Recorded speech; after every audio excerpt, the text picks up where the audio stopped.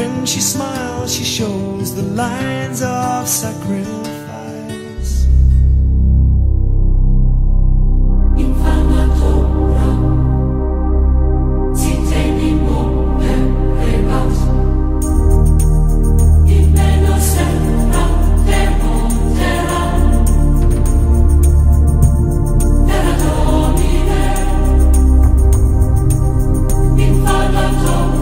Madame, mademoiselle, monsieur, bien le bonsoir, 19h est déjà, oula, 1 minute et 30 secondes. On est légèrement en retard pour cette première avec David Mogiel. Bonsoir David. Bonsoir, salut Patrick, salut les gens. Comment allez-vous tout le monde? Je pense qu'ils vont bien, mieux que le aussi. temps. Mieux que le temps à mon avis, oui. Parce que là on est vraiment rentré dans l'automne là. Hein. Ah là là, il fait On gris. sent les énergies qui s'en vont. Ouais, les énergies commencent à tomber et les énergies commencent à devenir un petit peu tendues avec l'automne, Patrick. Pour l'instant, c'est peut-être une chose dont on va parler aujourd'hui, à mon avis. Ouais, je pense qu'il y en a certains qui... Il vaut mieux arrêter les discussions avec d'autres. Sinon ça s'envenime. Ouais, ça peut aller loin aussi. D'ailleurs... on va y venir avec... on va parler... Donc, premier sujet aujourd'hui, on va parler des tensions dans le monde. Bah, disons que le premier sujet... Mais avant ça, qui es-tu? Voilà, exactement. Qui suis-je? Où are you? Où am I? Eh ben voilà, donc je suis David. Donc c'est la première fois que je suis de ce côté-là du micro parce que j'ai l'habitude d'être interrogé par différentes radios. Mais voilà, donc c'était une envie que j'avais d'animer une émission. Peut-être 1 heure par semaine, peut-être un peu plus, par mois, pardon, pour commencer dans un premier temps. Et je suis médium. J'aime pas ce mot. Je déteste ce mot. Je déteste le mot médium. Alors au départ, je pensais que je serais tout seul et que je ferais un monologue. Ça fait trop voyant? Ça fait trop voyant, ouais. J'aime pas être trop voyant, j'aime bien être quand même dans mon coin et ne pas être trop vu. Mais non, je n'aime pas ce mot parce qu'en fait, médium, ça regroupe un peu tout et n'importe quoi finalement. Donc j'aime bien, je sais pas, hier il y a quelqu'un qui me disait... Un mot plus scientifique? Non, pas scientifique, un mot plus expressif, j'ai envie de dire révélateur. Ça fait prétentieux, révélateur. C'est un peu ça comme fait un peu trop Jésus. Ouais, non, ça fait scientifique aussi, parce qu'en science, tu sais, tu mets des révélateurs qui révèlent les couleurs et ce genre de choses. Mais non, pas trop Jésus, parce que j'ai dépassé mes 33 ans bien largement et je n'ai pas encore été crucifié. Maintenant, on sait que tu as plus de 33 ans. Bien largement. J'ai entre 33 et 40 ans, plus précisément. Et donc voilà, je suis médium. Alors, cette émission, c'était un désir, comme je le disais. Ce sera 1 fois par mois, je pense, Patrick, comme on avait dit, tous les 3e jeudis du mois, à 19h, pendant 1 heure, plus ou moins, peut-être un peu plus. 1 heure minimum, parfois minimum plus. 1 heure, ça dépend de moi, ça dépend de vous, ça dépend des gens que Oui, parce que les auditeurs pourront appeler. Bien sûr, ils peuvent m'appeler. Et voilà, donc je vais parler un petit peu de moi, un petit peu de ce qui se passe dans le monde, un petit peu de mes ressentis, essayer d'expliquer aux gens comment on peut développer ses ressentis, peut-être de temps en temps accueillir quelqu'un qui va nous permettre d'avoir d'autres visions. Et puis voilà, donc aujourd'hui ce que je vais proposer, c'est de parler un petit peu de mon parcours, mon expérience, parler un petit peu de ce qui se passe dans le monde pour l'instant, mais pas faire de la politique, plutôt au niveau énergétique, par rapport à des flashs que j'ai, des rêves que j'ai, des visions que j'ai, parce que même si je n'aime pas le mot, je reste médium et j'ai des flashs, des visions qui peuvent arriver. Et puis peut-être accueillir 1 ou 2 personnes qui auraient envie de m'appeler entre l'apéro et le repas pour voir un petit peu avec elles ce qu'on peut voir par rapport à cette date de naissance aussi, parce que je vais expliquer justement ce que je fais. Alors donc je suis médium, ma spécialité c'est le karma. Ma spécialité, c'est tout ce qui touche à la réincarnation, c'est tout ce qui touche aussi au blocage de vie. Donc comme dimanche, il y a une conférence ici que je donnerai à 19h dans les studios de Pacific FM qui parlera justement de l'incarnation et des blocages de vie. J'ai fait ma spécialité de ça tout simplement parce que j'ai remarqué au fil des années que beaucoup de gens étaient bloqués sans toujours savoir pourquoi et que finalement ça peut parfois se révéler dans les blocages d'incarnation.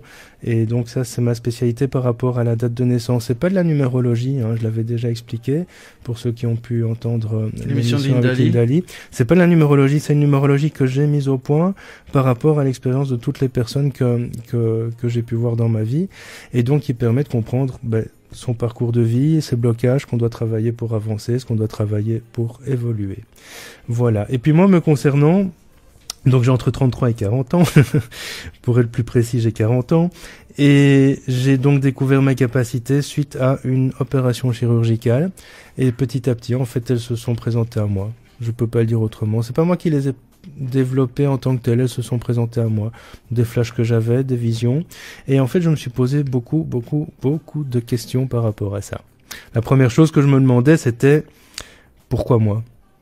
D'un coup, pourquoi moi? J'ai des flashs, j'ai des visions qui m'ont parfois sauvé la vie, il faut l'admettre, parfois qui m'ont attiré des problèmes aussi. Et en me posant cette question, j'ai commencé à étudier, à rechercher, à regarder un petit peu ce qui pouvait se passer par rapport à d'autres personnes qui ont développé ce même genre de compétences. Et donc, parmi ces compétences, j'ai décidé d'aller plus vers tout ce qui touche à l'enseignement et à l'explication du développement de ces compétences. Voilà donc ce que moi je peux vous proposer aujourd'hui si vous avez envie de me contacter. C'est soit de me faire part de vos expériences. Pour me contacter, je le rappelle, vous pouvez nous appeler au 069 730 332 pour la Belgique et pour la France, s'il y a des Français qui nous écoutent, rajoutez 0033 devant, donc ça ferait... 32. 032, ouais, c'est vrai. 33, c'est la France. Ouais, non, ils appellent de France à Belgique. Exactement. Donc 0032 69 730 332. Et là, vous pourriez me parler de vos expériences et peut-être que je pourrais vous guider pour les comprendre. Peut-être que vous avez envie que je vous donne un petit peu une ou deux informations sur votre parcours de vie. Je suis là, je suis tout de suite, c'est la première. Donc ça va être un peu en roue libre, on va dire aujourd'hui, le temps de trouver ses marques. Et puis peut-être aussi se baptiser un petit peu, parce qu'on en parlait là avant l'émission. Trouver un nom à l'émission. Alors moi j'avais pensé à La Voix de l'âme. Par exemple. C'est pas moche La Voix de l'âme. Mal. Parce que je travaille sur l'âme, parce que l'âme peut s'exprimer, parce que l'âme choisit son chemin. Il va falloir expliquer aussi ce que c'est l'âme. Hein. Ouais, l'âme. Ah là là. Bon, l'âme. On va expliquer ça. Mais je pensais à La Voix de l'âme. C'était le premier nom qui m'était pas apparu. Pourquoi la voix? Parce que ça peut se lire dans les deux sens. La voix telle que la voix qui s'exprime et l'âme qui s'exprime au travers de la voix. Et la voix... Attention, rien à voir avec la chanteuse. Hein. Non, la voix... La voix de l'âme. L'âme. Ah non, c'est pas la chanteuse, l'âme. Non, je cherchais à la voix avec Daniel Lavoie, en fait. Et je me dis, mais c'est pas une chanteuse, Daniel Lavoie. Non, rien à voir avec la chanteuse, quoique je pense que, en ce qui concerne l'âme, elle est assez évoluée aussi. Donc voilà, La Voix de l'âme, pourquoi pas. Bonne idée. Ouais, Bonne idée. Je sens que ça passe bien. Je pense que ça passe pas mal, ouais. Voilà. Et donc, on parlait de l'âme, c'est quoi, l'âme? Alors, il y a les théories spiritualistes qui veulent dire qu'en fait, ton âme, c'est en fait ce qui s'incarne de vie en vie. C'est en fait cette âme qui est une énergie qui vit autre part dans ce qu'on appelle une famille d'âmes. Une famille d'âmes, c'est la famille qui regroupe toutes les âmes qui font partie, qui possèdent les mêmes compétences, les mêmes vibrations, les mêmes énergies, les mêmes acquis. Il y a différentes familles d'âmes. Et en fait, cette âme vit dans des mondes subtils. On appelle ça, certains appellent ça le corps astral, mais moi je suis pas tout à fait d'accord. Et cette âme s'incarne de vie en vie pour évoluer, avancer, vivre des expériences qui vont lui permettre d'évoluer vers ce qu'on appelle l'esprit pur ou l'être de lumière. Moi, je suis pas trop dans cette sémantique. Je pense plutôt qu'elle cherche à simplement sortir de son cycle d'incarnation au travers de la compréhension de qui elle est et de différentes expériences. Et puis cette âme, en fait, elle nous anime, puisque âme en latin se dit anima. Anima, animation, animal, un dessin animé, c'est un dessin qui bouge, donc l'âme, en fait, c'est ce qui nous anime. Certains pensent qu'elle est à l'intérieur du corps, certaines philosophies pensent qu'en fait, elle reste en dehors du corps et qu'elle envoie une énergie qui permet au corps de s'exprimer. Moi, je suis plutôt partant pour cette philosophie-là, parce que quand on voit l'énergie, on peut voir aussi que cette âme s'exprime à partir d'un autre endroit que le corps physique. Donc il y a la personne qui est là avec son mental, avec tout ce qui lui permet de vivre, son cerveau qui dirige ses membres, etc. Et puis au-dessus, il y a une énergie qui rayonne et qui en fait vibre et qui permet à cette personne de ressentir des émotions. Il paraît que la physique quantique a prouvé maintenant que l'âme est en dehors du corps, que la conscience est en dehors du corps. Philippe Guillemont, qui est un physicien quantique, a parlé de ça récemment, et en fait il paraît que la conscience est en dehors du corps, c'est prouvé scientifiquement, en tout cas quantiquement. Voilà. Et donc voilà pourquoi la voix de l'âme, parce que je travaille sur l'âme, parce qu'en fait l'âme c'est aussi votre être intérieur finalement. C'est ce qui est au fond de vous et qui sait ce que vous êtes, qui vous êtes, pourquoi vous l'êtes, pourquoi aujourd'hui vous avez certains blocages, pourquoi aujourd'hui vous avez certaines passions. On dit souvent, il y a plein d'expressions qui parlent de ça, des expressions que j'aime bien telles que être sur la même longueur d'onde. On est dans une vibration, une énergie, et en fait, quand dans cette énergie on rayonne, on va attirer des personnes qui rayonnent dans la même vibration, sur la même fréquence, sur la même longueur d'onde. Donc ça, c'est pour dire que l'âme, en fait, elle va attirer à elle des choses qui lui correspondent. Comme on dit, les opposés s'attirent, hein, c'était ça l'expression. Parfois, les opposés s'attirent parce que l'âme va attirer quelqu'un d'opposé à soi pour pouvoir avancer et évoluer aussi.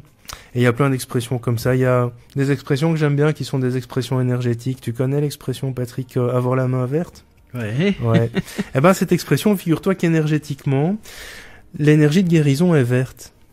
Et quand elle coule dans les mains, on peut voir une énergie verte, et ces personnes qui ont la main verte sont capables non seulement de pouvoir soigner des plantes, s'en occuper, mais aussi de soigner des gens. Avoir des états d'âme, tu connais cette expression, hein? Ben voilà, quand ton âme n'est pas contente, elle va s'exprimer. Tu vas avoir des états d'âme, des humeurs différentes. Et toutes ces expressions, je les adore parce qu'en fait, c'est des expressions qui semblent parfois anodines ou qui sont en tout cas utilisées au quotidien, mais qui révèlent quand même pas mal de choses par rapport à l'âme et à son parcours. Il y a beaucoup de choses qui veulent dire Ouais. plus que leur apparence. Ouais. T'as un exemple? Non, j'ai rien qui me vient comme ça. Mais j'aime bien aussi dans tout ce que tu viens de dire, les comparaisons par rapport aux longueurs d'onde, aux fréquences.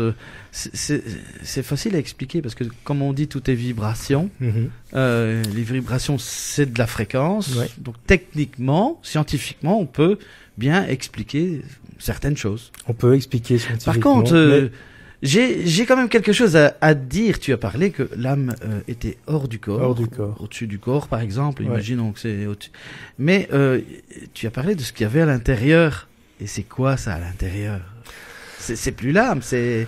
Mais à C'est l'intérieur, la t'as l'estomac, t'as les intestins. Ah t'as ouais, les c'est les poumons. organes. Non, en fait, moi, je vais pas dire mes visions, mais ce que je vois au niveau énergétique, c'est difficile à dire en radio, ce serait plus facile en télé, évidemment, mais tu as une énergie qui rayonne sur toi, qui t'englobe énergétiquement. Cette énergie, pour moi, c'est l'âme.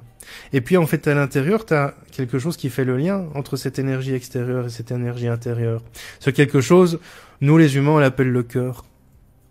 Et en fait, le cœur, qu'est-ce qu'il fait? Il fait le lien entre ton énergie d'âme, qui est toujours au-dessus, dans les plans subtils, comme on dit, et le corps physique et l'ancrage sur Terre, tu vois. Donc ton cœur, c'est pas ton âme. Ton cœur n'est pas ton âme et ton esprit non plus. On a l'âme, l'esprit et le cœur.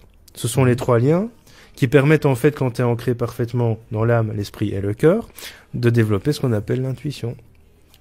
Et je sais que souvent, les gens ne sont pas tout à fait d'accord avec moi. J'ai l'habitude, mais mais non, énergétiquement, quand tu vois l'énergie, tu vois un lien entre une énergie qui est au-dessus, qui se relie au cœur, et t'as le cerveau, le mental, l'esprit, qui a tendance à filtrer un petit peu tout ça. Parce que quand t'es dans l'intuition, quand tu ressens des choses, ton mental, il va dire, oh, mais non, c'est pas possible, hein. Donc il filtre. Donc si on pouvait, je dis toujours, si tout passait par le cœur, ce serait vachement plus facile. Parfois, on a besoin de son cerveau pour dire, bon, si je paye pas cette facture aujourd'hui, je vais avoir un huissier. Mais s'il y avait pas de facture, le cerveau serait peut-être inutile.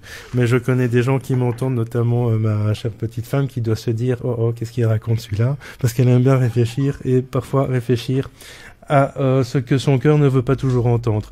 Bref. Et donc voilà, pour moi, ces trois énergies sont inséparables, indispensables. L'un ne va pas sans l'autre. Voilà. Exactement. Quoi qu'il en soit, maintenant parlons plutôt de ce qu'on avait dit qu'on parlerait, c'est-à-dire ce qui se passe pour l'instant dans la société.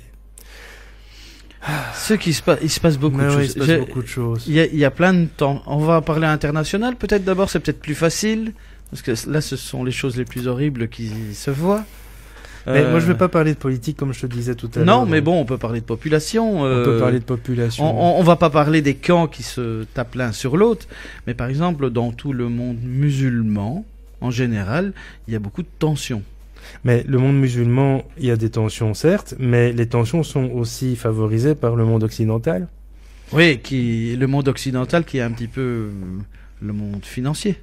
Mais moi, je suis pas trop dans cette... Moi, je pense pas que les tensions soient liées que aux finances. Je ne suis pas sûr que ces tensions ne soient liées que au fait que les musulmans, les juifs ou ceci ou cela. Je pense qu'en fait, ça va paraître bête comme discours, ça fait très Miss France, mais je pense que à la base tout le monde est là pour être heureux, tout le monde est là pour pouvoir suivre un chemin, qu'il y en a qui sont pas d'accord que certains suivent un autre chemin que le leur, qui imposent leurs idées, etc., etc. Le monde financier nous contrôle depuis la fin du... Depuis longtemps. Ouais, depuis la fin du 19e siècle. Sans le monde financier, je pense que les gens auraient trouvé autre chose pour se battre, de toute façon, puisqu'avant que l'argent n'existe, bon, on va pas faire d'histoire, mais avant que l'argent n'existe, il y avait d'autres raisons de se battre, hein, c'était pour la peau de mammouth ou pour la femme du voisin. Et donc, inévitablement, il y aurait toujours des guerres, mais ce que je comprends pas dans cette société, c'est qu'on ne laisse pas les gens vivre leur truc à leur aise, quoi. Et il y a beaucoup des gens catégoriques. Et les gens catégoriques, en fait, que ce soit des gens qui sont pro ou contre musulmans, pro ou contre juifs, pro ou contre américains, pro ou contre russes, mais en fait, chacun fait son truc, quoi. À partir du moment où les gens tolèrent les autres, je vois pas pourquoi il y aurait des tensions. Maintenant, il y a des tensions énergétiques aussi. Alors, je mets des guillemets avec mes doigts, mais les tensions énergétiques sont liées au fait que... Tu connais les égrégores, Patrick? Oui. T'as déjà entendu parler des égrégores. Peut-être que nos auditeurs ne savent pas tous ce que c'est. Un égrégore, c'est une énergie qui s'accumule suite aux pensées combinées de la plupart des gens. C'est-à-dire qu'à partir du moment où 3, 4, 5 personnes commencent à penser la même chose, à créer une peur, parce que j'ai peur de la guerre, j'ai peur des conflits, ça crée ce qu'on appelle un sac énergétique. Ce sac énergétique va absorber toutes les pensées similaires et créer donc un égrégore. Un égrégore que certains pensent en fait à un moment ou à un autre peut prendre une sorte d'autonomie. Et donc, ce qu'on appelle les démons, pour moi, sont des égrégores aussi. Et cette autonomie, en fait qu'à partir du moment où quelqu'un va avoir une pensée un peu moins positive, il va se connecter directement à cette personne. Il va la nourrir. Il va la nourrir, et inversement. Et en fait, cet égrégore va avoir de plus en plus d'ampleur, générer de plus en plus de force, et de plus en plus de pensées négatives, et ça devient un cercle vicieux. Voilà exactement où on en est par rapport à ce qui se passe pour l'instant. Les gens ont peur. Cette peur, pour moi, quand j'analyse un petit peu les choses et que j'observe, cette peur pour moi a commencé aux alentours des années 95. Pourquoi 95? Pourquoi 95 ou 95 pour mes amis français? Pourquoi 95? Parce qu'on commençait à nourrir cette peur de l'an 2000 et du bug de l'an 2000. Et les gens ont commencé à craindre l'an 2000. Et puis il y avait tous ces films de science-fiction qui disaient qu'en 2000... On volerait dans des voitures volantes, on mangerait des pilules qui seraient passées au micro-ondes et qui deviendraient des magnifiques poulets ou des magnifiques gâteaux. Et donc, il y a eu cette peur du changement. Personnellement, le 1er janvier 2000, j'ai commencé à voir, j'habitais à Bruxelles à cette époque, une sorte pas une lueur positive forcément dans les yeux des gens. Il y avait plus de peur, c'est comme si d'un coup ils avaient lâché toute la pression parce que rien ne s'était passé, ou en tout cas rien de grave. Et je l'ai vu parce qu'à l'époque, je travaillais chez Proximus, figure-toi. Proximus, qui est notre opérateur historique de GSM. Et en fait, je faisais la nuit. Et les gens étaient hyper angoissés de peur qu'en fait leur GSM pète. Et je crois que le call center a explosé cette nuit-là. Je crois qu'en fait, vers 2h du matin, on savait plus recevoir les appels. Alors, nous, on en a profité, on a fait la fête, mais on pouvait plus recevoir les appels tellement il y avait cette peur. Et donc voilà, cette peur, en fait, est de plus en plus présente. Et cette peur, elle génère des égrégores, et ces égrégores génèrent des événements. Et puis il y a l'hégémonie américaine qui est occupée à tomber, il y a la Russie qui est occupée à prendre un petit peu le pouvoir sur la planète. Tout ça, c'est de la politique, mais parallèlement, ça crée encore plus de peur. Alors moi, pour l'instant, je suis dans une phase. Tu sais, quand je travaille, Patrick, j'ai des phases. Hein. J'ai des gens qui parfois viennent plus pour me voir pour le sentimental, plus pour le professionnel. Et puis là, je suis dans... Qu'est-ce qu'on doit faire maintenant? Est-ce qu'on doit quitter l'Europe? Est-ce qu'on doit... Ah, j'ai déjà entendu des gens qui disaient ça. Beaucoup. Beaucoup pensent qu'il faut quitter le... Ouais, je casse ma chaise. Il s'en va. Non, je reste là, je casse ma chaise. Beaucoup de gens pensent qu'il faut quitter l'Europe. Moi, je pense pas. Je pense qu'en fait, il faut se prémunir. Tout simplement. Quand je faisais de la canalisation, je canalisais les énergies qui se présentaient sous le nom de Michael. Alors ça, c'est un grand débat. Je ferai peut-être une émission spéciale sur les archanges et sur les anges et tous ces égrégores-là aussi, mais je canalisais une énergie qui se présentait sous le nom de Michael. Et Michael nous disait plein de choses en 2006-2007, notamment que l'industrie pharmaceutique allait s'écrouler, ce qui est occupé à passer petit à petit avec tous les scandales des médicaments là pour l'instant. Ouais. L'industrie financière, le mot était industrie. Je trouvais ça d'ailleurs assez bizarre qu'il utilise le mot industrie financière, parce que finalement c'est vraiment une industrie. Allait s'écrouler. Et notamment aussi que, il y a une phrase que je trouvais magnifique et que j'ai entendue récemment de la part de quelqu'un d'autre. Il disait, les roses pousseront en hiver et les déserts refleuriront, quelque chose comme ça, par rapport au changement climatique. C'est toutes des choses que moi j'ai entendues en 2007-2008 et qui commencent petit à petit à se profiler. Donc ça fait quand même 7 ans, presque 8 ans. Et parmi ces choses-là, c'était pas tout à fait positif non plus, hein. Alors bien sûr, c'est la dernière vidéo, comme je le disais, que j'ai mise sur YouTube. J'ai eu des réactions de peur aussi, hein, par rapport à ça. Il y a des gens qui m'ont envoyé des emails en disant, mais c'est un peu effrayant quand même ce que tu racontes dans cette vidéo. Mais faut être réaliste, quoi. Voilà, faut être mis devant la réalité. Voilà, faut être réaliste. Moi, j'y croyais pas au départ. Au départ, j'y croyais pas parce que je me dis, bon, on est quand même au 21e siècle. Qu'il y ait des guerres, c'est une chose, mais que la guerre devienne mondiale et soit comme ça s'est passé en 40-45, j'en doutais un petit peu, mais c'est comme ça que ça se profile quand même. Après, les guerres sont plutôt technologiques aujourd'hui, hein. C'est plus des guerres où on va forcément sur le terrain, mais oui, ça fait peur, mais c'est la réalité des choses. Quand on ouvre ces infos, moi je regarde quasi plus la télé, je m'endors devant, mais quand on regarde les infos, finalement, qu'est-ce qu'on voit? C'est quand qu'on voit... Rien que du négatif. Voilà, quand on voit une bonne nouvelle. Quand est-ce qu'on voit une bonne nouvelle? C'est rare. Il y en a peut-être une, parfois.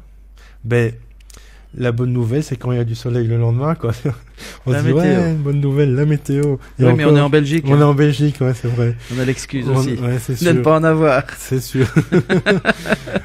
Il faudrait faire un journal des bonnes nouvelles. Ils avaient pas essayé ça à une époque. Mais en fait, j'ai déjà fait l'expérience ici.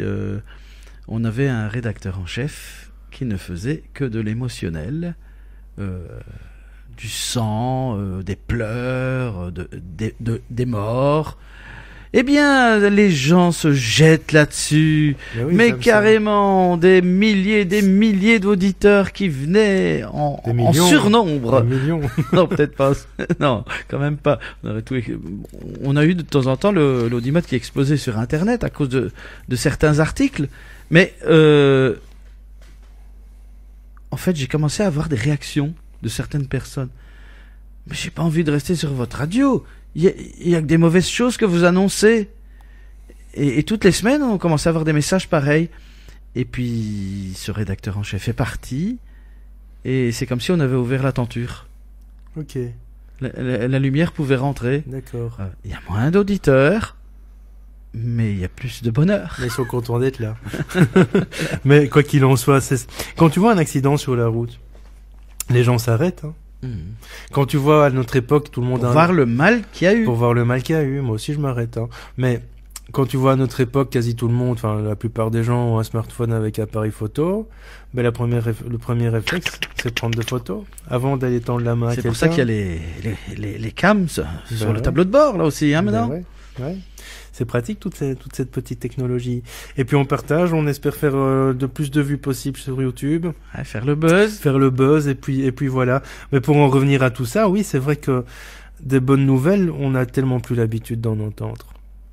Alors moi j'ai envie de donner des bonnes nouvelles aux gens et j'essaie de leur expliquer que après cet épisode, on va dire, je vais employer un mot que j'aime pas, catastrophique. On va dire catastrophique parce que c'est toute la société qui va être mise en cause. C'est toute la société qui est chamboulée pour l'instant, c'est toute la société qui va devoir se fonder sur des nouvelles valeurs. Je pense que cette société est en train d'être secouée. Là. Mais Orangina, tu vois, je fais de la pub, mais j'ai un Orangina secoué. Moi, c'est un peu ça en fait. C'est secoué. Secoué parce que finalement, on est basé sur quoi depuis le 19e siècle, depuis la révolution industrielle? Sur quoi on se base? C'est le profit, travailler moins, avoir des vacances. Travailler moins, ou travailler plus et vivre moins plutôt. Ouais, ça aussi. Ou travailler pour vivre et pas vivre pour travailler. Vivre pour travailler. Pour le moment, le principe c'est travailler pour vivre. Travailler c'est trop dur, mais voler c'est pas beau. Alors on fait comme la chanson. Ben oui, comme la chanson. Donc ce sont ces valeurs qui doivent être revisitées. Et quand je dis aux gens, il faut revenir à des nouvelles valeurs, en fait, je me dis non, à des anciennes valeurs. Parce qu'à l'époque, qu'est-ce qu'on faisait? Des valeurs plus terre à terre. Des valeurs plus terre à terre. J'avais une laitue, mon voisin avait des œufs. Tiens, t'as besoin d'une laitue? Ouais, moi j'ai besoin des œufs, on échange, et voilà. Et c'est réglé. Aujourd'hui, ton voisin, et tu lui dis bonjour, il sort déjà la Kalachnikov. Voilà, et ça c'est le problème aujourd'hui. Donc finalement, mon voisin, ça va, il est gentil. trop. Mais quoi qu'il en soit, il faut revenir vraiment à des valeurs. J'ai un gentil voisin aussi, parce que j'ai des poules. Et il aime les œufs. Il aime les œufs et il a des salades et moi j'en ai pas. Ah ok. Donc voilà, voilà. On fait un échange. Et à un certain moment j'ai trop d'œufs. Et lui a trop de salades. Voilà. Donc c'est tout juste. Ben oui, c'est toujours ça qui... Quand tout le monde est content, voilà, ça passe comme ça se passe bien. Et là pour l'instant, les gens, qu'est-ce qu'ils ont? Ils sont pas contents. Alors évidemment, comme je te disais, ben pour l'instant, oui, les gens s'angoissent. Il y a des gens qui quittent l'Europe. Oui, ils ont pris la décision. Il y a des gens qui font des rêves. Des rêves où ils voient moi j'ai eu ça aussi, des bombardements. Mais ils savent pas où c'est. Et ils sont spectateurs, donc c'est pas eux qui sont victimes de ces bombardements. Bien sûr, je veux pas alarmer ou faire peur aux gens, mais il faut rester réaliste. Ce qui se passe sur Terre, pour l'instant, on n'est pas positif. Mais c'est toutes ces énergies du nouveau monde. Il y a des gens qui appellent ça l'ère du Verseau. Mais en fait, on est en métamorphose, on est en transformation. L'ère du Verseau, c'est tout à fait normal. Hein, c'est ça pas fait pour mal. tout de suite. Ben oui, ça fait mal. Quand on enlève sa peau pour laisser la pousser la nouvelle, ça fait mal. C'est la mue. Je voudrais revenir sur un événement quand même qui était assez marquant. Charlie Hebdo, Ouais. au mois de janvier. Ouais. En fait, déjà avant cet attentat, il y avait eu une nouvelle lune Mhm. et qui C'est était vrai. très perturbante. Ouais. Je voyais les gens autour de moi énervés, se disputer. C'est un débat houleux pour Il y avait moi, des Patrick. étincelles partout. On en a déjà parlé de l'astrologie, etc. Moi, je pense que les astres ont une influence sur l'homme, mais ça ne doit pas non plus servir d'excuse. Il n'y a pas que ça, quoi. Hein. Non, il n'y a pas que ça. Mais bon, mais- ça a fait un élément supplémentaire à ce qui bouge. Eh ben, figure-toi que 2-3 jours avant l'événement de Charlie Hebdo, j'avais mis sur mon Facebook, je sens que l'année va être agitée. Un truc comme ça. 2 jours après, je crois que c'était le 5 janvier que je l'avais fait, le 7 bouffe les attentats. Mais au départ, moi, je pensais que c'était un acte isolé, même si je suis pas non plus tout à fait naïf, et donc je me doutais bien qu'il y avait quelque chose derrière. Et puis finalement, après, qu'est-ce qui s'est passé cette année? Il y a eu les guerres, il y a eu la guerre en Syrie. Bon, cette guerre, elle dure Qui n'en depuis finit longtemps. Ça n'en finit pas. Il y a eu différents attentats. Mais c'est l'activation. Pourquoi? Parce que les gens se réveillent. Et du coup, les gouvernements s'activent. Il faut voir ça aussi comme ça. Tant que les gens sont naïfs, vivent dans l'ombre, avec Tant qu'ils sont des moutons. tant que ce sont des moutons, voilà, c'est le mot juste. Tant que ce sont des moutons, on n'active pas trop les choses, mais à partir du moment où on voit que les gens se réveillent, qu'est-ce qui se passe? C'est dangereux. Parce que pour moi, c'est qu'on ne puisse pas, comme on dit, blasphémer le prophète, je suis d'accord. Mais bon, ça fait des années, des siècles que des siècles peut-être pas, mais Charlie Hebdo fait ça. Ils ont une fois eu un incendie, certes, mais après, c'est pas forcément ça qui a été la cause d'eux. Faut pas exagérer non plus, parce que, bon, tous les musulmans ne sont pas intégristes, hein.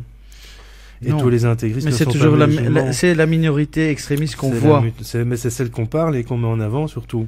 C'est ça Mhm. le problème. Hein. Moi, dans ma vie, la plupart des problèmes que j'ai pu avoir, c'est pas avec des musulmans. Hein.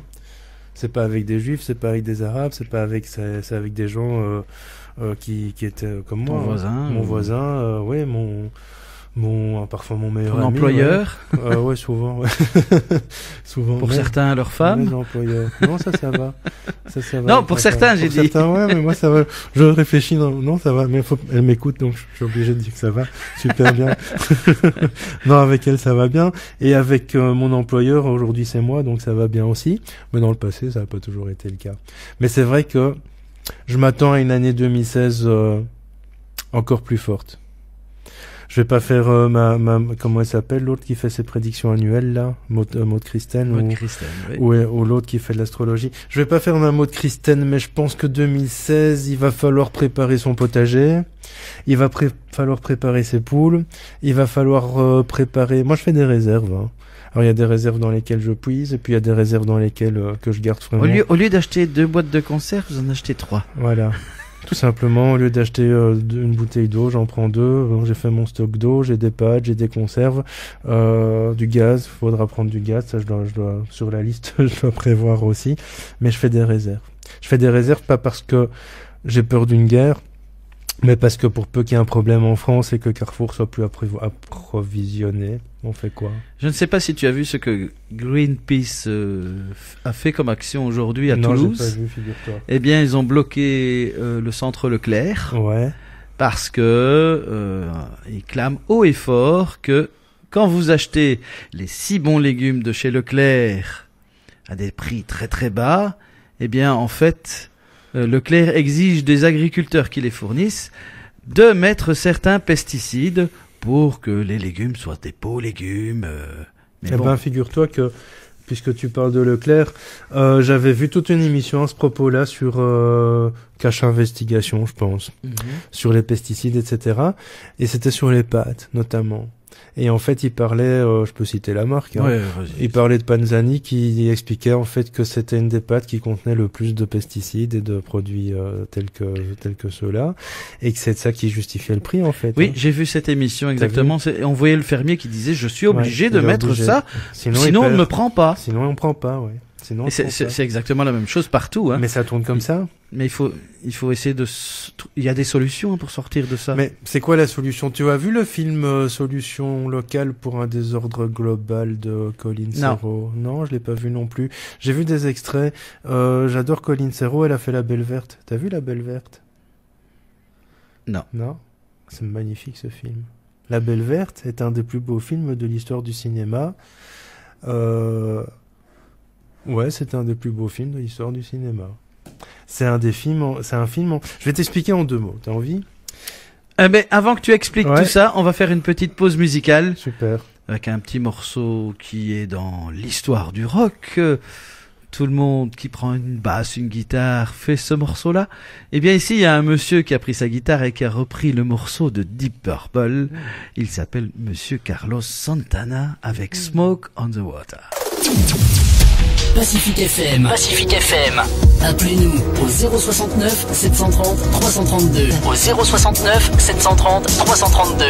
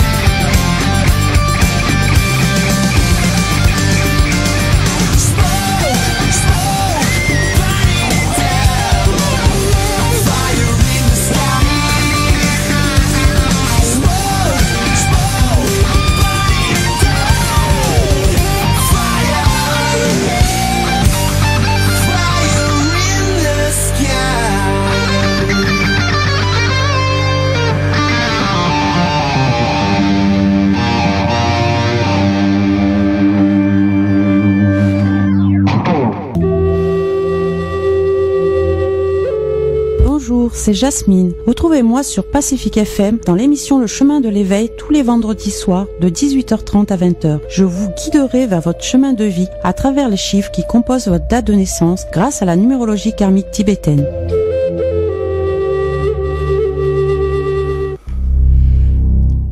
David Mogiel, tous les 3e jeudis, il est avec nous. Tant que c'est pas la semaine des 4 jeudis, ça va. Ouais, ça serait bien. Ah, ça pourrait arriver. Hein. Ça pourrait arriver, on sait jamais. La Voix de l'âme, c'est le nom de son émission. Ouais, c'est pas mal. Pas mal à la version de Santana, là. Ouais, j'aime beaucoup. Ouais, j'aime bien Santana. J'aime bien Deep Purple. J'aime bien tout ça. Toute ma jeunesse, quand je portais encore des t-shirts Guns N' Roses. Ah. Donc oui, La Belle Verte. Belle Verte, on allait parler de ça. Un film. Un film de Colin Serrault. Colin Serrault a fait un autre film magnifique qui s'appelle La Crise. Mais La Belle Verte, c'est un des plus beaux films pour moi dans l'histoire du cinéma. En tout cas, si on peut catégoriser, on va dire du cinéma d'ouverture de conscience. Ce sont des gens qui vivent sur une planète, éloignés de la Terre. Et ces gens, en fait, ils communiquent par télépathie, ils vivent en accord avec la nature. Ils décident, parce qu'ils vivent, la planète est peuplée, il y a des gens qui vivent aux 4 coins de la planète ronde avec des quatre coins, c'est pas mal. Et en fait, ces gens se réunissent une fois par an pour dire voilà, nous on a besoin d'un professeur de mathématiques, ben nous on en a pas besoin cette année, on peut vous le donner. Nous on a prévu de faire 10 enfants, ben nous on en a prévu 8. Ah non, c'est trop, alors nous on en fera plus que 9. En fait, ils se mettent d'accord pour voir un petit peu pour que l'équilibre de la planète ne soit jamais rompu. Et puis en fait, régulièrement, ils vont visiter d'autres planètes pour voir comment ça se passe sur les autres planètes. Alors le chef du Conseil des Sages propose différentes planètes et chaque fois qu'il propose la Terre, personne ne veut y aller. Puis finalement, une dame, Colin Serrault, qui joue dans le film et qui est la réalisatrice, dit moi j'irais bien sur la Terre finalement. J'irais bien sur la Terre parce qu'il paraît que ma mère était terrienne et j'aimerais bien voir d'où elle est issue. Et les gens disent mais non, ces gens sont arriérés, ils roulent encore dans des cages en fer avec qui font plein de pollution. Et ils dépensent encore de l'argent pour manger, et puis si t'as pas d'argent, t'as rien sur Terre. Et finalement, elle décide quand même d'y aller. Et elle y va avec une capacité, qui est la capacité en fait d'ouvrir la conscience des gens. Donc grâce à sa télépathie, elle est capable d'ouvrir la conscience des gens. Et chaque fois qu'elle est en contact avec une personne, cette personne ouvre sa conscience. Et elle rencontre un de mes acteurs préférés, qui est Vincent Lindon, quand elle débarque sur Terre. Et Vincent Lindon, qui est un chirurgien très hautain, en présence de cette femme, d'un coup, ouvre sa conscience et abandonne tout. Il est carrément changé, alors. Il est carrément, ouais. Carrément. Et voilà. Et puis ce film se passe comme ça. Et en fait, un jour, déboulent les enfants de cette femme sur la Terre.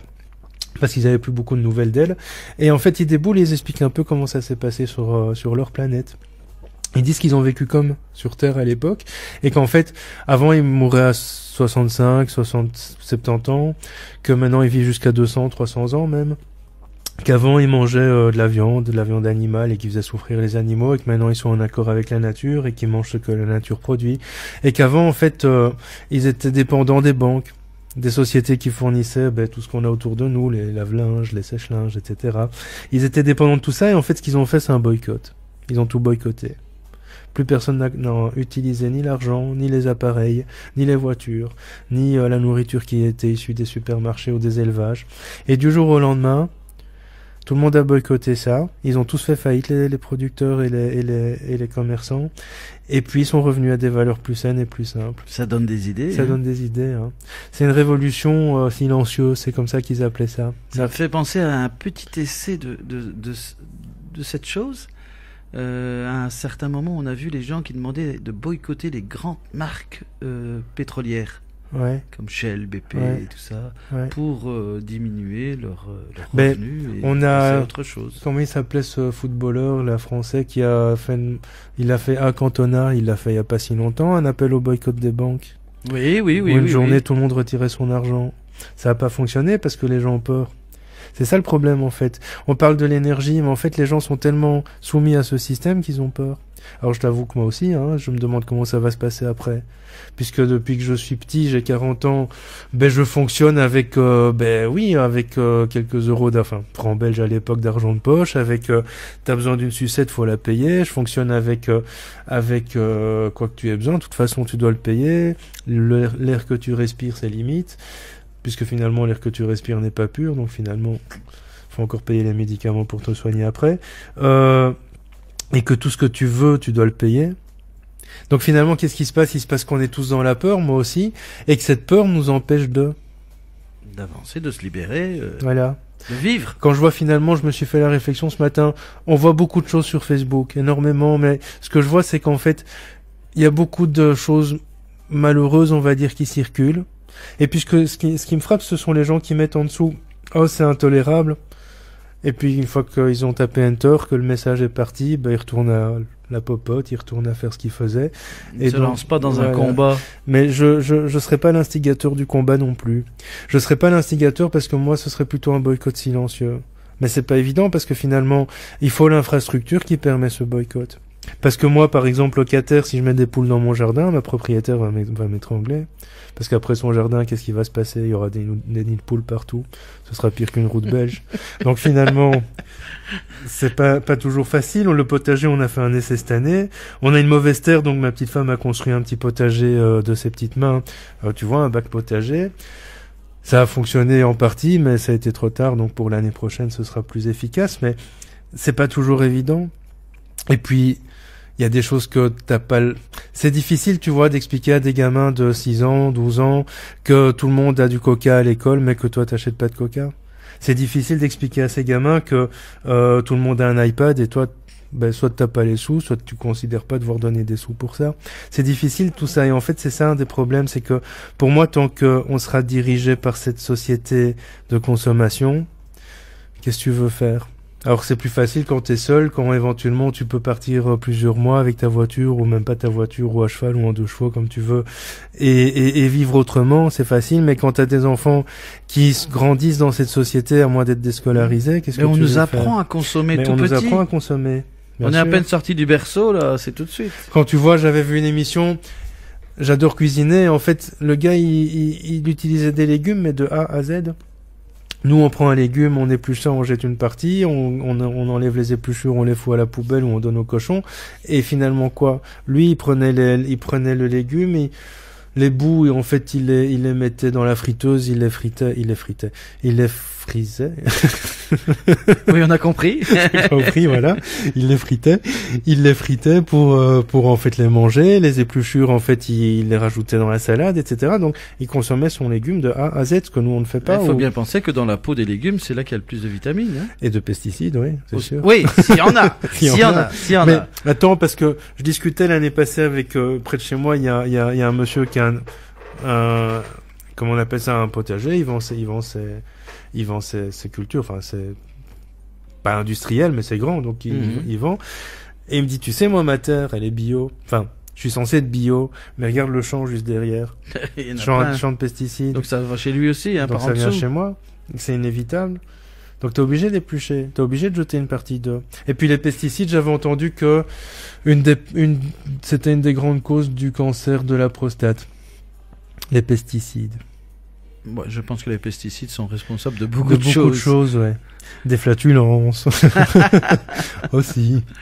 Mais non, mais quand on voit tout ce qu'on met dessus, tout ce qui retombe dessus aussi, parce qu'il y a toute la pollution atmosphérique, là. Ouais, c'est dégueulasse. Toutes les ondes aussi. C'est dégueulasse, mais quand tu regardes un petit peu, on parlait de Cache Investigation, ils ont fait une émission sur le diesel.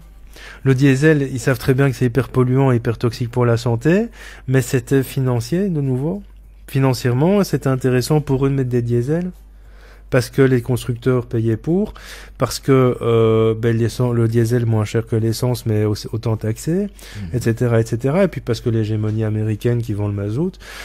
Donc finalement, tout ça, c'est que des manipulations gouvernementales. Après, on me traite de complotiste. Non, je suis pas complotiste. Je pense que Il y a un gouvernement qui nous manipule, ça c'est évident. Il faut quand même pas être chinois pour voir ça. Oui, il est manipulé aussi. Il est manipulé sans doute par d'autres. C'est dans la chaîne. C'est dans la chaîne. C'est dans la chaîne alimentaire gouvernementale. Et tu penses quoi, Patrick? Tu penses qu'il est manipulé par les banques ou par éventuellement une race extraterrestre? Oh, là, on s'en va dans autre chose, hein. Ouais. La finance, ça c'est certain. mais la finance, par qui est-elle tenue? Bonne question.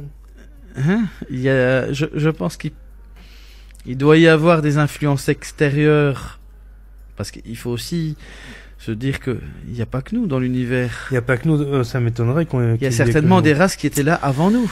Probablement, et qu'ils le seront après aussi. Voilà. Probablement. Donc il y a peut-être des races très avancées qui sont plus intelligentes. Belliqueuses, peut-être. Peut-être, ouais. Il y a tout, hein. Mais il y en a d'autres qui peuvent être très bonnes. Oui, nous, les humains, nous sommes très bons. Ah, l'ironie. Bref, je pense que ça pourrait être une autre émission, ça. Ça pourrait, oui.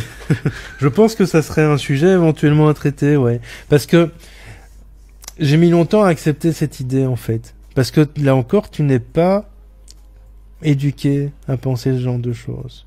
Ça change un peu, mais je pense que les gouvernements sont dirigés par les banques qui, elles, sont dirigées par 3 petits points. X, ouais.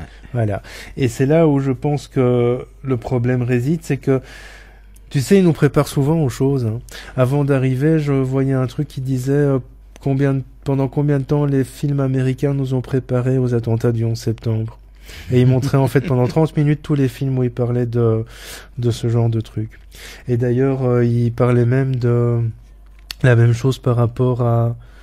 Je crois qu'il y avait des trucs par rapport à des dates pour ici, maintenant, cette année-ci. Donc, comme ça, le choc est encaissé déjà. Ouais, comme ça, c'est le genre... Mais c'est ce qu'ils disent, bien le banal. cinéma. Ben oui, voilà, le cinéma nous prépare.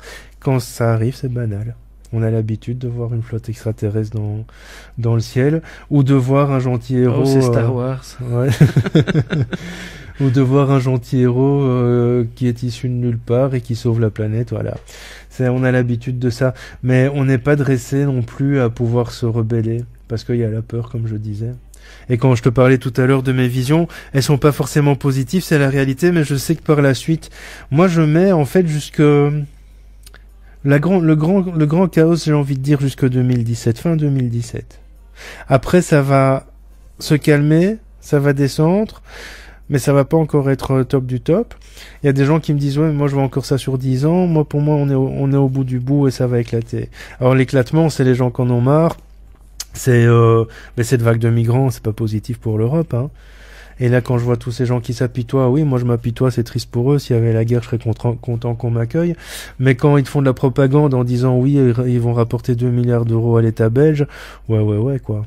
C'est de la propagande, hein. Moi, quand je regarde le journal parler, je regarde ça, j'éteins en faisant propagande. C'est n'importe quoi. Troisième Reich. J'ai vu dans la presse aujourd'hui, enfin c'est sorti il y a quelques jours, un dirigeant d'un parti belge qui s'en va dire...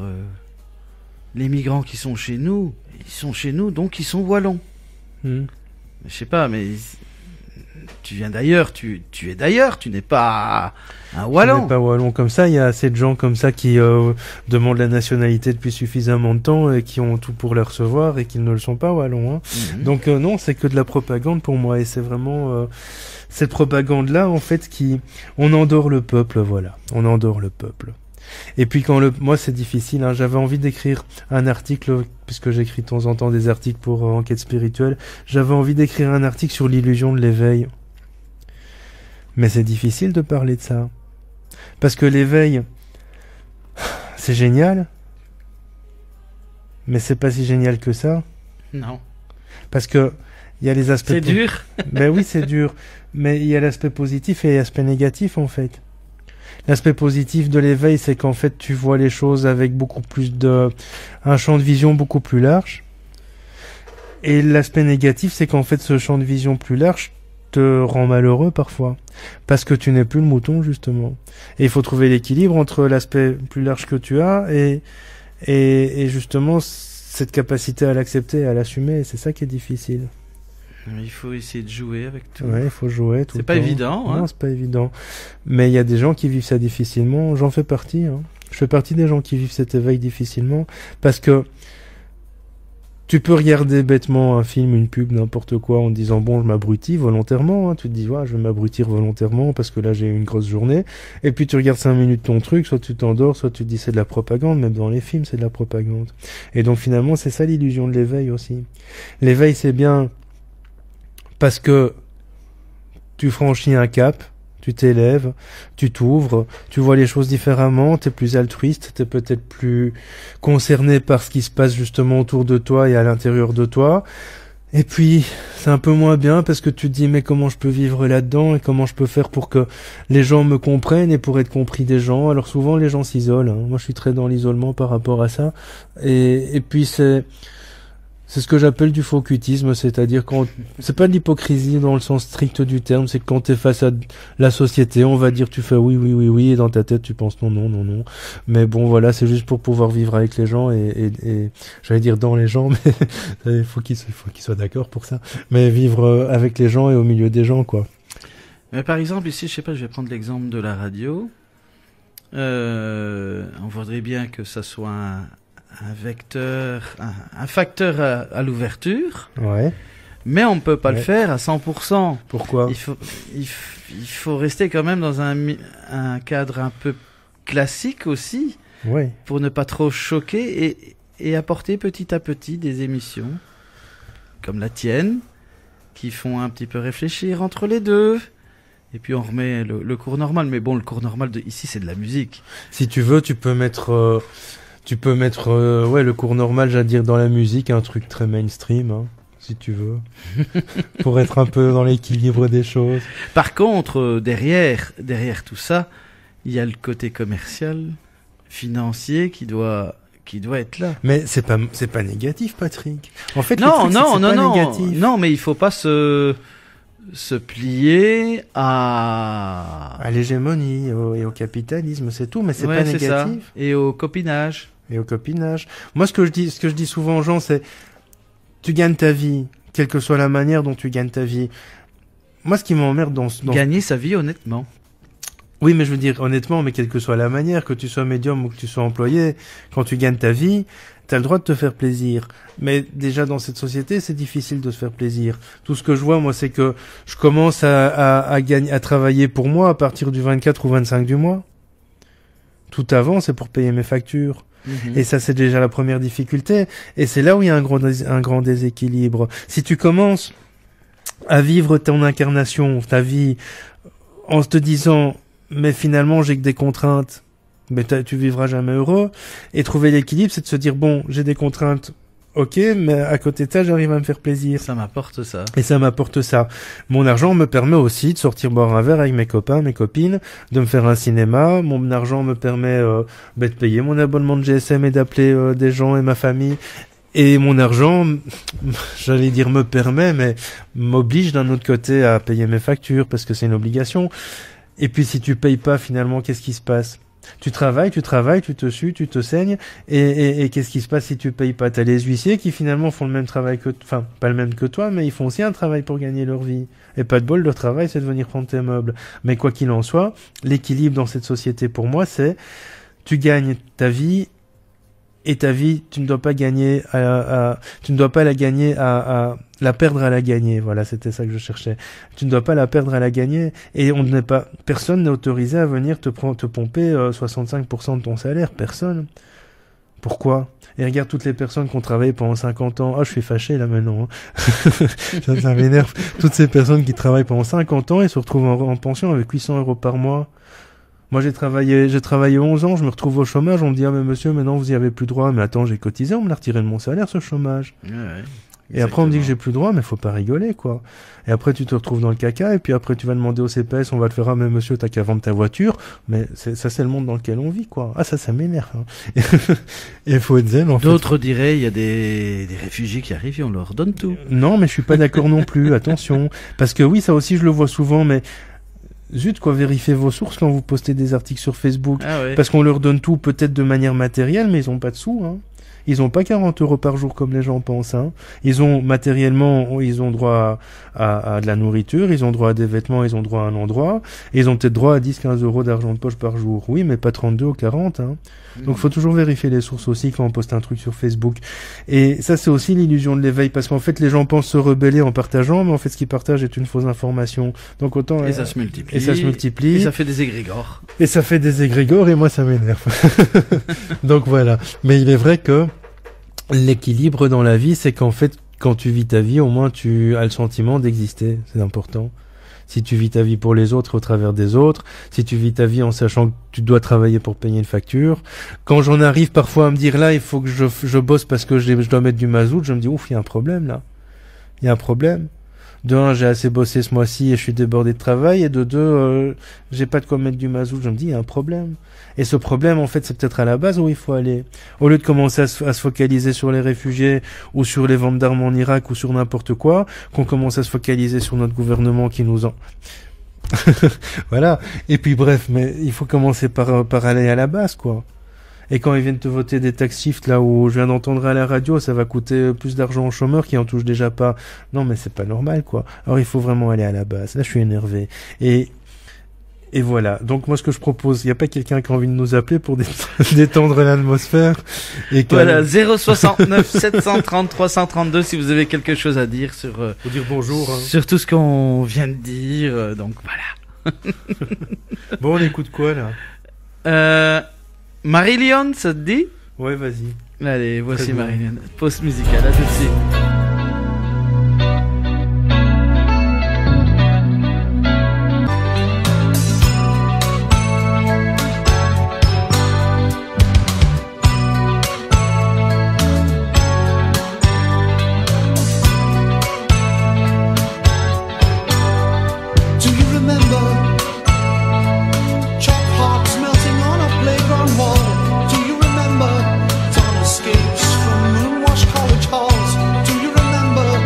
Cherry blossom in the market square. Do you remember?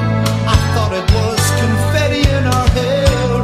By the way, didn't I break your heart?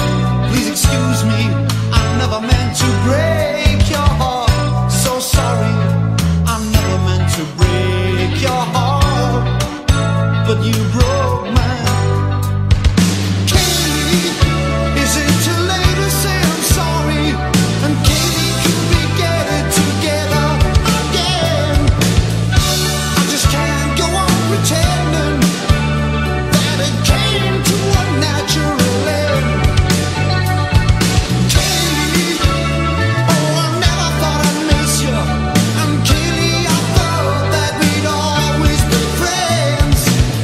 We said our love would last forever, so how did it come to this bitter end?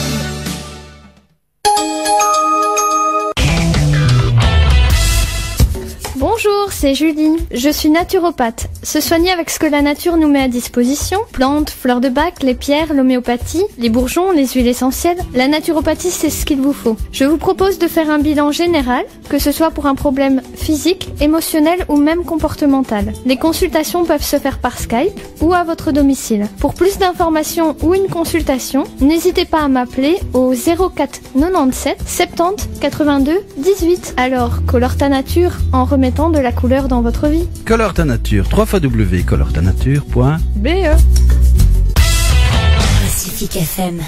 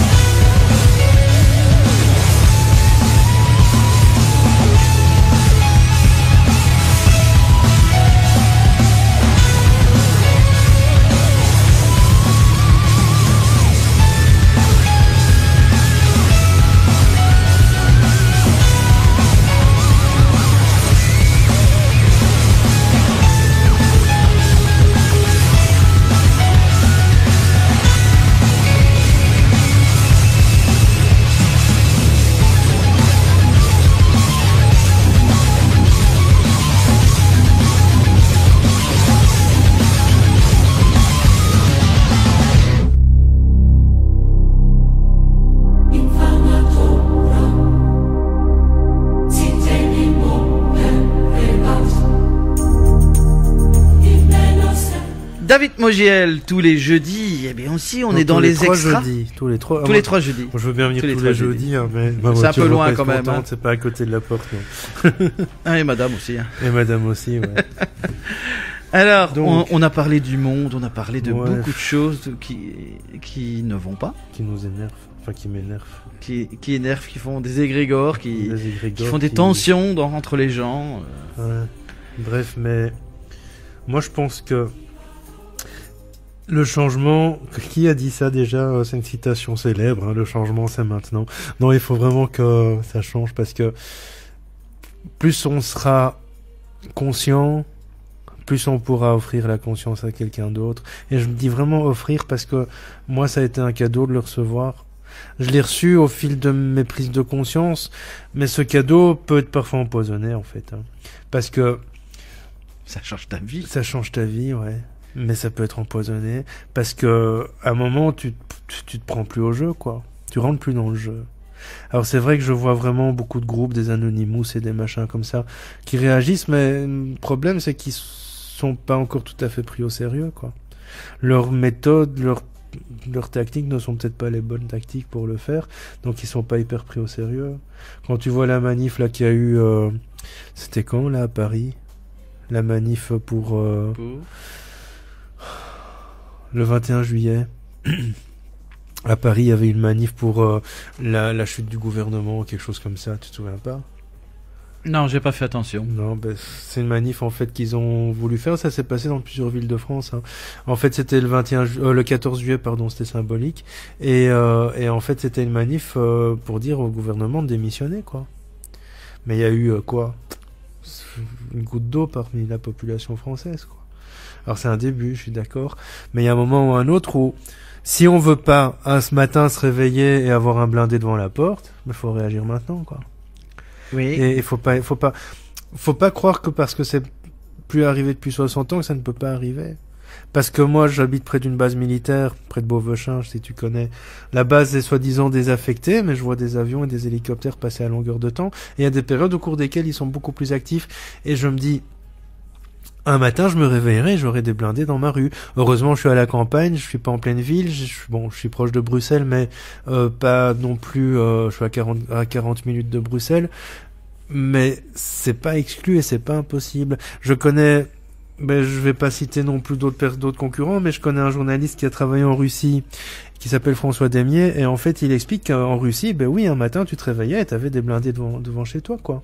Et que tous les soldats contrôlaient la rue pendant la guerre froide. Et c'était pas forcément normal pour l'époque.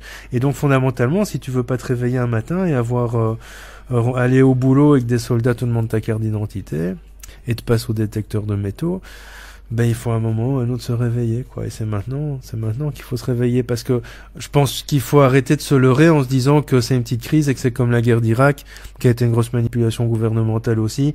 C'est la guerre en Irak, non, la guerre en Syrie, quand les Russes s'y mettent, ils font pas dans le détail, hein. Mais certains te diront, mais comment est-ce qu'il faut faire? Pour se réveiller, Faut créer un nouveau parti politique et, mais ça sert à quoi, et la remplacer politique? les gens. Faut arrêter Non. la politique. Depuis qu'il y a de la politique, il y a des problèmes. Non, pour se réveiller, moi je crois qu'il faut passer le mot et commencer à faire prendre conscience aux gens que... Commençons par là. Parlons à notre collègue en disant, tiens, tu trouves normal, toi, ce qui se passe là? Tu trouves normal que d'un coup les Russes s'en mêlent et c'est quand même agressif en Syrie? Tu trouves normal qu'il y ait de plus en plus de manifs? Et amener la réflexion à l'autre. Et en fait, il faut faire boule de neige. Ça sert à rien de proposer des manifs. La discussion donnera des solutions.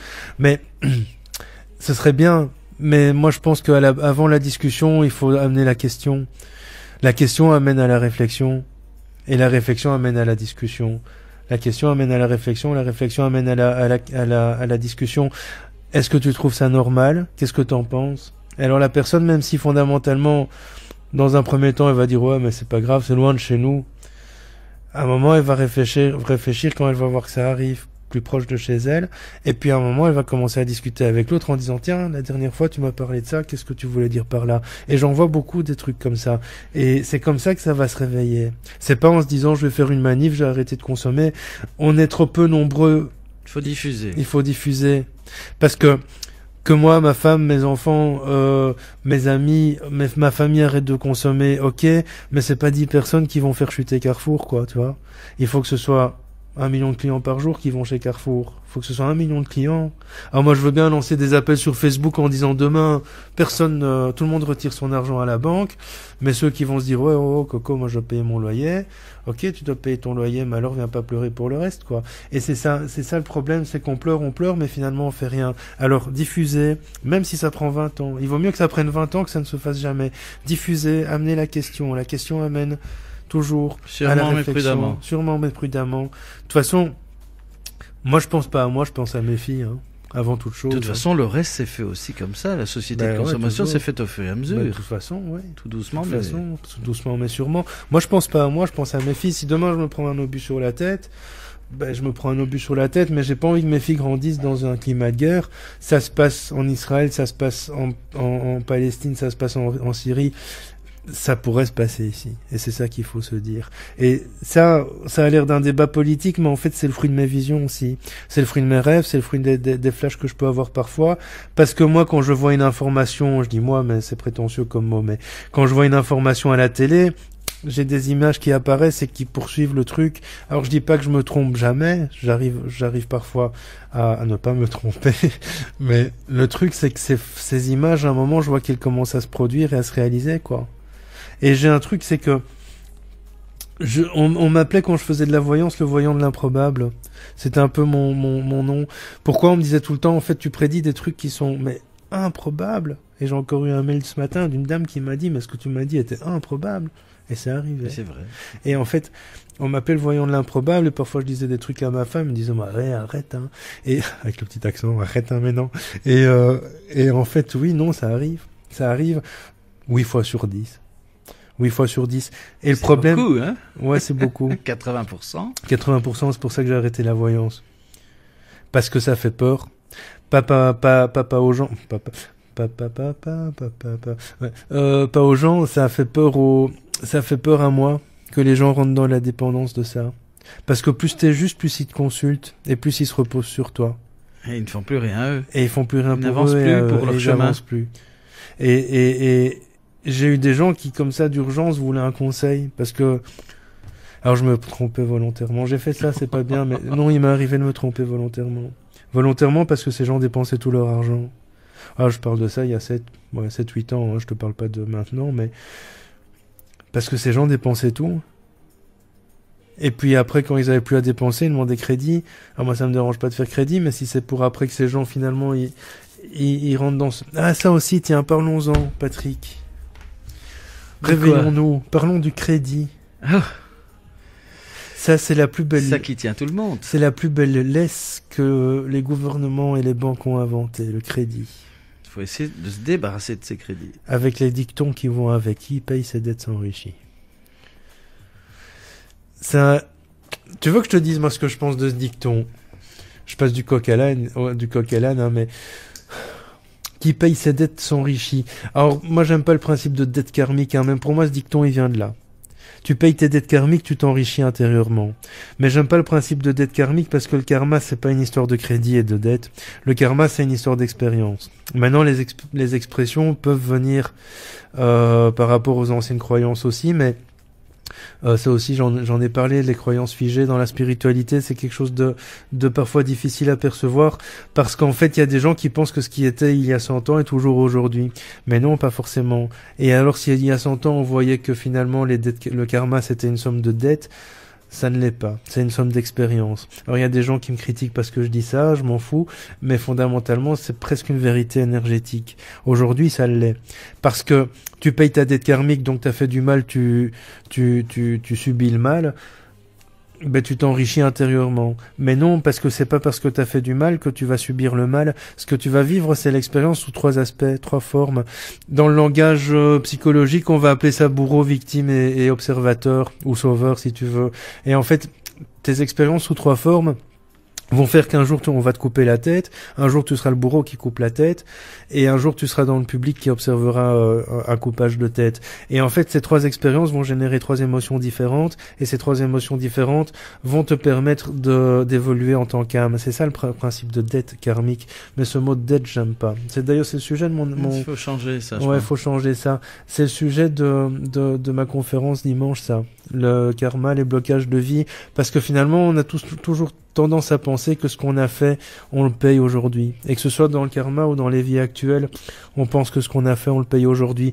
Bien sûr, ce qu'on a fait, on le paye aujourd'hui parce que, regarde, s'il y a 5 ans, j'ai fait du mal à quelqu'un et que je sors maintenant de prison, ben je le paye, voilà. C'est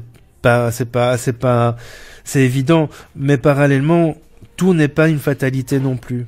Et il faut sortir de ce principe de fatalité. Il nous appartient de générer une vie qu'on a envie de vivre. J'avais mis une citation là sur Facebook il y a 2 jours qui disait « Quoi que tu planifies pour demain, c'est aujourd'hui que ça se passe. C'est aujourd'hui que ça se met en place. » Et en fait, c'est ça, les gens ont souvent tendance, et je l'ai eu pendant 38 ans, à attendre demain. Maintenant, je me dis « Je veux ça, je le fais. » Je te le disais hors antenne, on est... Je sais plus ce que je disais hors antenne. Oui, on n'est jamais mieux servi que par soi-même. Et en fait, c'est ça le truc, c'est qu'on n'est jamais mieux servi que par soi-même. On peut avoir une aide, un soutien, et puis le reste, il faut le mettre en place soi-même. Je dis toujours dans le principe d'abondance, si tu veux une Porsche, monsieur Porsche, il va pas t'appeler en disant tiens, j'ai entendu votre pensée, monsieur. Il paraît que vous voulez une Porsche, je vais vous amener les modèles et vous allez choisir sur pièce. Non, tu vas aller chez Porsche en disant j'aime bien vos voitures, même si vous avez des trucs pour trafiquer vos tests, c'est encore une belle connerie ça. Je voudrais une voiture, c'est toi qui fais le mouvement pour aller chercher, c'est pas l'autre qui vient à toi. Et ça, c'est le problème de l'inertie, en fait. Autant dans la spiritualité que dans la vie de tous les jours. L'inertie, c'est, je peux parler des heures, Patrick, hein, si tu m'arrêtes pas à 12h30, je suis toujours là, les gens ils dorment derrière la radio. On s'arrêtera à 20h30. Non, mais je peux parler des heures, moi. L'inertie, c'est ça. Mets le mouvement, fais le mouvement, crée le mouvement, et le mouvement va générer une énergie qui va attirer la suite à toi. Mais sans faire, tu n'auras pas. Et ça, c'est vraiment le truc essentiel qu'il faut retenir dans notre vie. Créer le mouvement. Si vous voulez que les gens à côté de vous soient plus ouverts, amenez l'ouverture. Si vous voulez qu'ils soient plus fermés, amenez la fermeture. Mais c'est mieux qu'ils soient ouverts que fermés. Et puis, si vous avez des gens qui vous conviennent pas, donnez le mouvement pour soit essayer de leur apporter. On change pas les gens, hein, on change leur comportement éventuellement, mais pas les gens. Mais s'ils vous conviennent pas, essayez de leur apporter peut-être une piste de réflexion sur ce qui vous convient pas, et si ça va vraiment pas, mettez-les autre part, éloignez-les de vous. Et puis finalement, dites-vous bien que moi il y a un truc que j'aime pas, c'est ce qu'on appelle l'effet miroir. C'est très fataliste aussi. Bon, je pars dans tous les sens en fait, hein. Il commence à se faire tard, mais c'est pas grave parce que ce qui est dit est dit, et quand c'est dit, c'est dit. Et voilà, donc l'effet miroir, je trouve ça hyper fataliste. C'est comme les dettes karmiques. Non, toutes les personnes ne te renvoient pas quelque chose. Non, non, non et non. Stop. Ça, c'est hyper fataliste. C'est pour dire, en fait, c'est toi qui es asocial si tu n'acceptes pas l'autre comme il est. Non, tout le monde ne te renvoie pas quelque chose. Parfois, l'autre te renvoie simplement la confirmation que tu as déjà pu travailler et évoluer sur un point précis chez toi. Si ce comportement ne lui plaît pas, ne te plaît pas chez lui, ce n'est pas forcément un miroir. Il y a aussi toi qui dois peut-être ouvrir une conscience des choses. Il y a aussi toi qui dois peut-être accepter que tout le monde n'est pas comme tu as envie qu'il soit. Et alors dire que c'est l'effet miroir, non, c'est que toi tu dois être plus tolérant, c'est tout. Tout le monde n'est pas comme tu as envie qu'il soit, mais c'est vrai, hein. Ouais. Tout le monde n'est pas forcément comme tu as envie qu'il soit, chacun a ses défauts, il faut l'accepter, et c'est pas parce que l'autre a un défaut que tu n'apprécies pas que c'est un effet miroir. Maintenant, si c'est hyper récurrent et que tu n'apprécies vraiment pas, pose-toi quand même des questions. Mais l'effet miroir n'est pas une fatalité non plus. Moi, je trouve très fort tous ces spiritualistes, en fait, qui te mettent plein de belles théories pour vendre des livres et pour avoir la théorie que personne n'a déjà dite, alors qu'en fait, finalement, c'est que du truc qui va polluer les gens, quoi. Ça va polluer les gens vont se faire des cas de conscience, vont se dire ouais mais en fait je suis mauvais et j'ai plein de dettes karmiques et il y a plein de miroirs devant moi et en fait je les vois pas. Voilà, ça m'énerve en fait. Parce que le problème c'est que tous les livres que tu vois sur le marché aujourd'hui, ils traitent tous du même sujet. Parce que t'as un dominant qui est Ariane, et Ariane elle a une ligne éditoriale et il faut que tous les bouquins parlent de la même chose. Alors pour qu'il y en ait un qui Je vais me fâcher avec Martine, mais je m'en fous. Elle avait qu'à méditer. Pour qu'il y en ait un qui sorte du lot, il faut qu'il ait une théorie fumante et fumeuse. Et en fait, c'est ça le problème, c'est que les gens, ils vont inventer des théories. Il y a un principe énergétique. Tu dis pas aux gens, 1 plus 1, ça fait 4. Non, 1 plus 1, ça fait 2. Éventuellement, ça fait 3 si t'es amoureux. Mais ça, c'est un autre débat. Mais il y a un principe énergétique. Et le principe énergétique, on n'y déroge pas. Après, il évolue parce que l'évolution fait que... Mais il y a un principe énergétique. Et remontons à ce qu'on appelait à l'époque les écoles de mystère, où les principes énergétiques étaient dispensés par des gens qui maîtrisaient ces principes. Et tout le monde avait la même ligne de conduite. Et en fait, c'était une base sur laquelle ils se fondaient pour pouvoir aller vers autre chose. Des Kardec, des Casey et tout ça sont des gens qui ont été dans cet enseignement-là. Ils ont appris leur spécialité... Ah, ça m'énerve. Ils ont appris leur spécialité, leur machin.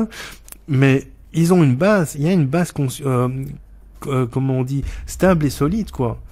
Viens pas dire après que l'effet miroir ceci ou que le truc cela. C'est que des théories pour essayer de vendre plus de bouquins, ça me gonfle. Alors il faut faire attention, hein, parce que les faux prophètes, il y en a beaucoup, hein. Ça c'est un de mes combats dans la vie aussi, j'en ai marre de ça. Il y en a toujours eu. Il y en a toujours eu, je sais, Jésus, etc. Mais il y en a beaucoup des faux prophètes. Mais parallèlement, il y a des principes de base énergétiques. T'apprends pas la géométrie à quelqu'un en ne lui expliquant pas ce que c'est un carré. Et voilà, c'est exactement la même chose avec la spiritualité. Il y a l'âme, il y a les anges, il y a les archanges, il y a les démons, il y a Satan, ce sont tous des égrégores, on en parlera dans une autre émission, ce sera peut-être la prochaine. Tu as l'incarnation, la réincarnation, t'as le temps, t'as ceci, t'as cela, et en fait tous ces principes créent en fait une base sur laquelle on avance, et puis les choses évoluent parce que rien n'est figé. Les choses évoluent, c'est pas parce qu'il y a 100 ans il y avait des effets miroirs qu'aujourd'hui 100 ans plus tard c'est toujours le cas, parce que les âmes évoluent, parce que les âmes qui s'incarnent maintenant sont plus évoluées, etc., etc., etc. Voilà. Effectivement. Non mais je me prends souvent dans mon truc, mais c'est parce que je pense qu'il faut être simple et en fait voilà, simplicité c'est le mot du jour, quoi. Faut être simple, il y a des choses qui m'énervent. Faut être humble et faut être simple, quoi. Il y a des bases, on les respecte. Tolérant. Ouais, tolérant, ça dépend avec qui. Hein. Je peux être tolérant. On est quand même mieux. Hein. Ouais, mais tolérant, faut pas être con non plus, quoi. C'est ça que je veux dire. Il faut pas être tolérant pour n'importe quoi. Voilà, exactement. Voilà. Faut être tolérant, mais faut pas tout accepter, c'est tout.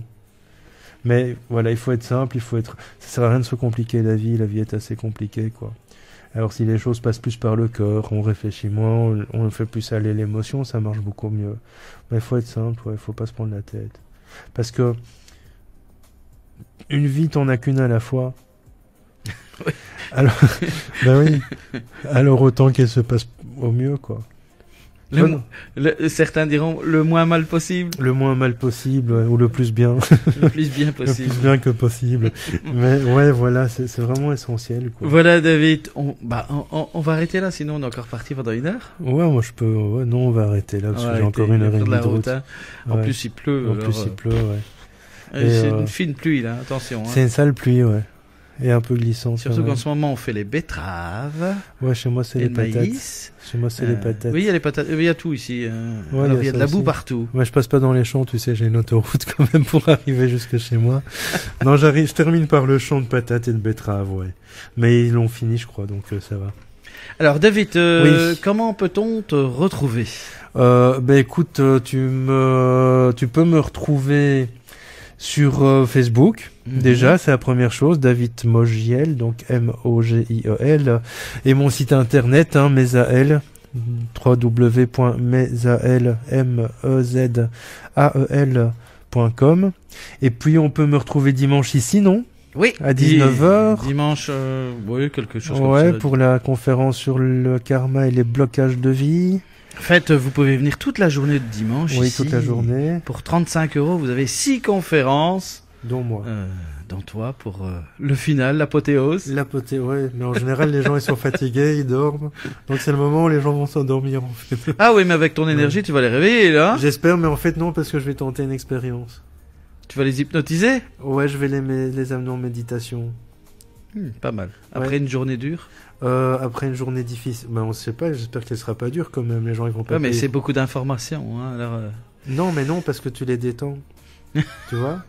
Je les amène en méditation. Je pense, si tout se passe bien, que je vais les amener en méditation à la rencontre de leur être intérieur. Ce serait sympathique, ça.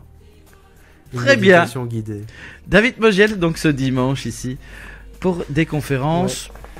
Essayez quand même de vous inscrire un petit peu avant parce que... Ouais, ce serait mieux parce que ça va être full. Hein. Allez. Et donc on se retrouve le Pour jeudi, ici, le jeudi, 19. le troisième jeudi de novembre. le jeudi 19 novembre à 19h. Voilà. Jusqu'à pas d'heure. exactement.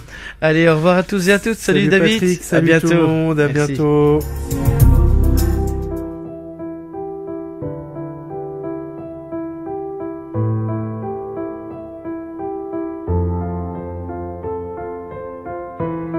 Je n'ai pas pris le temps de comprendre tout est silence.